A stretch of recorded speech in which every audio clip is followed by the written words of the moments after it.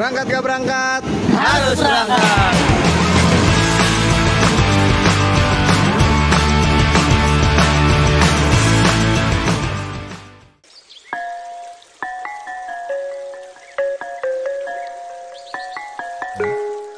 Selamat pagi semuanya. Buat yang lagi nonton video ini pada pagi ini tanggal 9 Agustus tahun 2025, cuaca di Jalan Braga sangat cerah dan hawanya sejuk teman-teman. Kebetulan pengunjung pagi ini lumayan ramai karena di sini sedang ada Braga Free Vehicle atau hari bebas kendaraan. Jadi nggak ada kendaraan yang diperbolehkan untuk lewat dan parkir seperti biasanya di sekitaran Jalan Braga.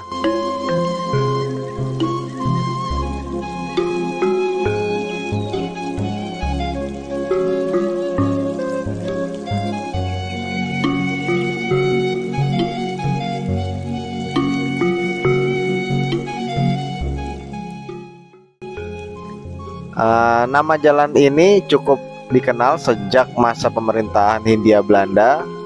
Sampai saat ini nama Jalan Braga tetap dipertahankan sebagai salah satu maskot dan objek wisata kota Bandung yang dahulu dikenal sebagai Paris Van Java.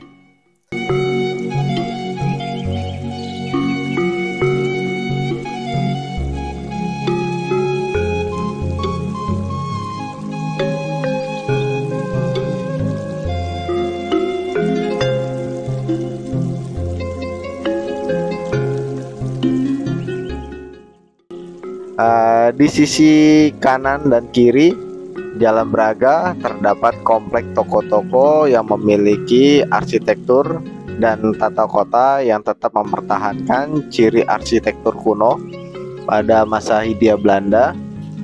Tata letak pertokoan tersebut mengikuti model yang ada di Eropa sesuai dengan perkembangan kota Bandung pada masa itu, yaitu 1920 sampai dengan 1940-an. Sebagai kota mode yang cukup termasyhur seperti halnya kota Paris pada saat itu, di antara pertokoan tersebut yang masih mempertahankan ciri arsitektur lama adalah pertokoan Sarinah, Apotek Kimia Farma, dan Gedung Merdeka.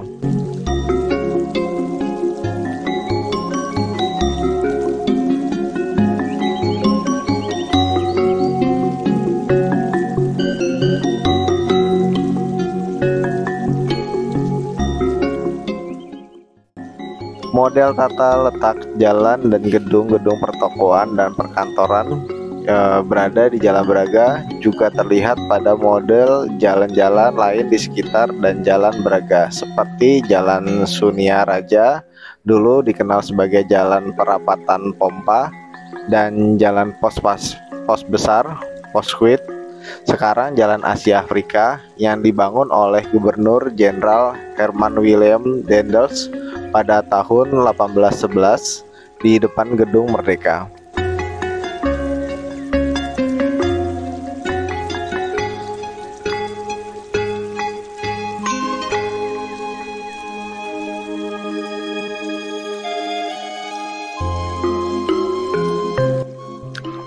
Awal Jalan Braga adalah sebuah jalan kecil di depan pemukiman yang cukup sunyi sehingga dinamakan Jalan Culik karena cukup rawan, juga dikenal sebagai jalan pedati dan pada tahun 1900 Jalan Braga menjadi ramai karena banyak usahawan-usahawan terutama berkebangsaan Belanda mendirikan toko-toko, bar, dan tempat hiburan di kawasan itu seperti toko onderling Belanda.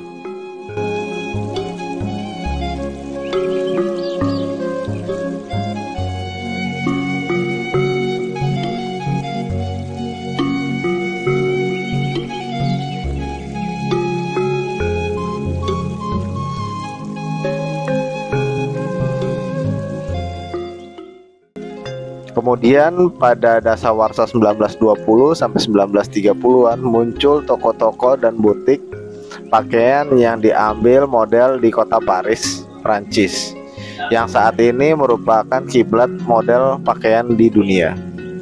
Dibangunnya Gedung Merdeka saat yang digunakan untuk pertemuan para warga Bandung, khususnya kalangan tuan-tuan hartawan. Hotel Savoy, Homan, gedung perkantoran dan lain-lainnya di beberapa blok di sekitaran jalan ini juga mengingatkan kemasyhuran dan keramaian jalan ini.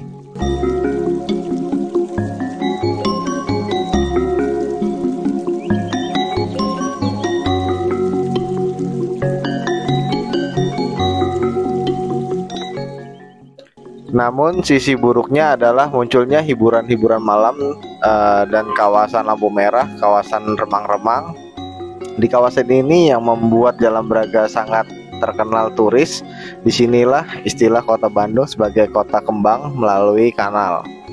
Sehingga Perhimpunan Masyarakat Bandung saat itu membuat selebaran dan pengumuman bertuliskan para tuan-tuan turis sebaiknya tidak mengunjungi Bandung apabila tidak membawa istri atau meninggalkan istri di rumah.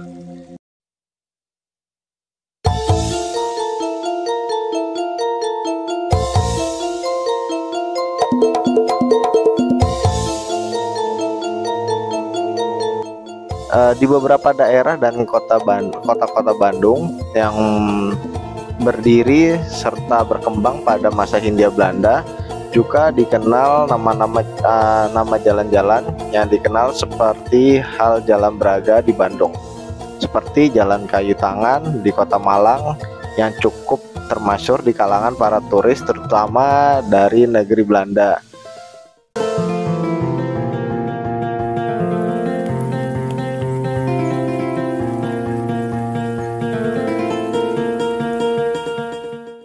Juga Jalan Malioboro di Jogja dan beberapa ruas jalan di Jakarta.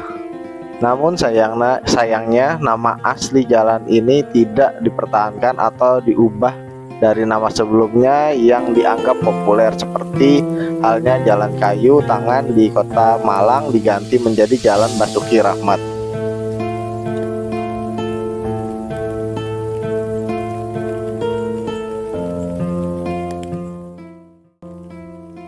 Ya, di Jalan Asia Afrika Bandung bukanlah sekadar jalan biasa. Ia adalah sebuah lorong waktu yang membawa kita menelusuri jejak sejarah, budaya, dan semangat perjuangan bangsa-bangsa Asia dan Afrika.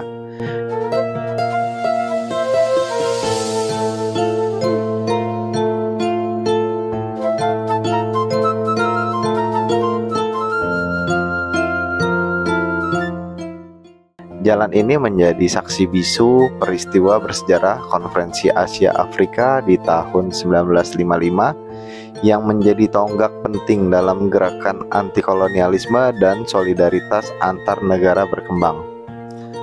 Sebelum menjadi ikon kota Bandung seperti sekarang, Jalan Asia Afrika memiliki sejarah panjang yang berliku. Pada masa penjajahan Belanda, jalan ini dikenal sebagai The Groot Postweg, sebagai dari jalur pos yang menghubungkan Anyer hingga Penarukan. Pembangunan jalan ini memakan banyak korban jiwa dari kalangan pribumi, menjadikannya sebuah monumen kalem sekaligus peringatan akan perjuangan bangsa Indonesia meraih kemerdekaan.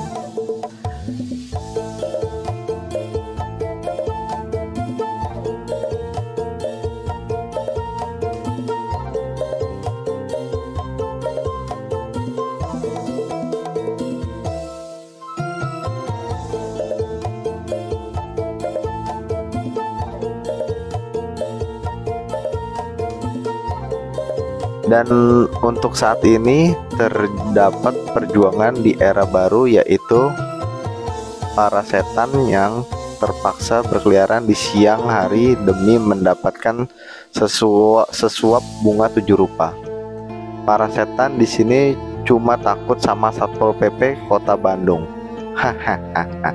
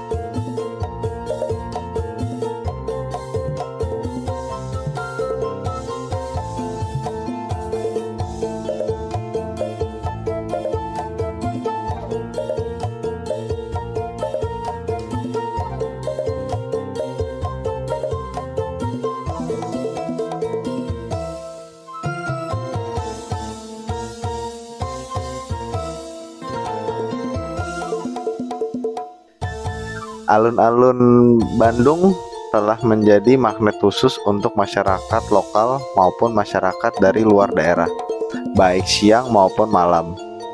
Alun-alun Bandung menjadi tempat wisata yang menyenangkan.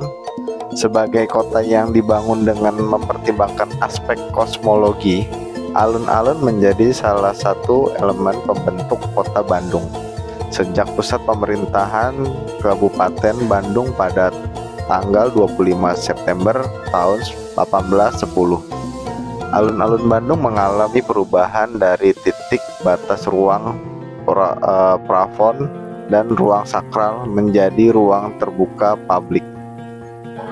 Dan Masjid Raya Bandung yang dulu dikenal dengan nama Masjid Agung Bandung adalah sebuah masjid raya yang berada di kota Bandung, Jawa Barat.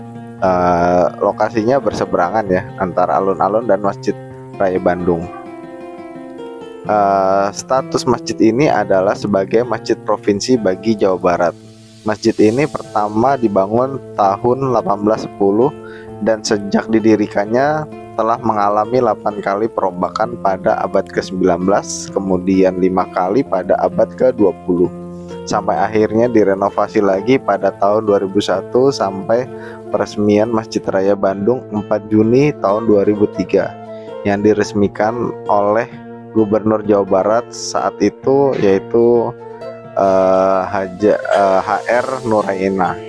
Masjid baru ini yang bercorak Arab menggantikan Masjid Agung yang lama yang bercorak khas Sunda.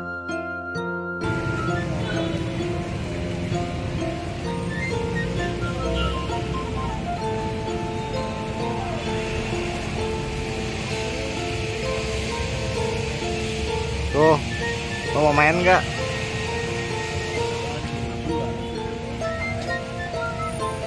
Bawa pesing.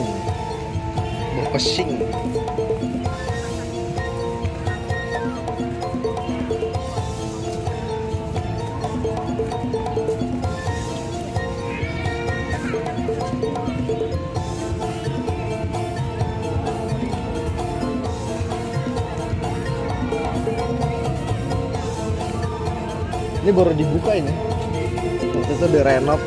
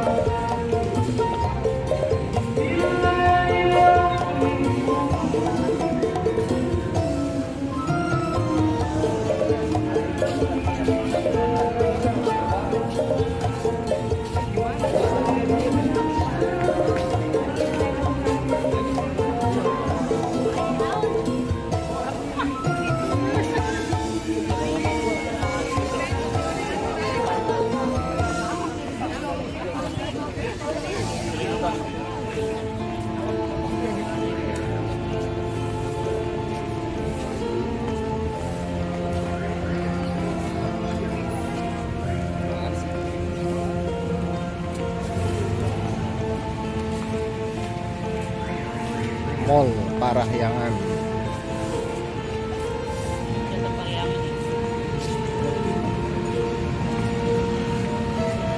No, kalau pengen naik bandros di sono naik bandros. Bisa ada sih.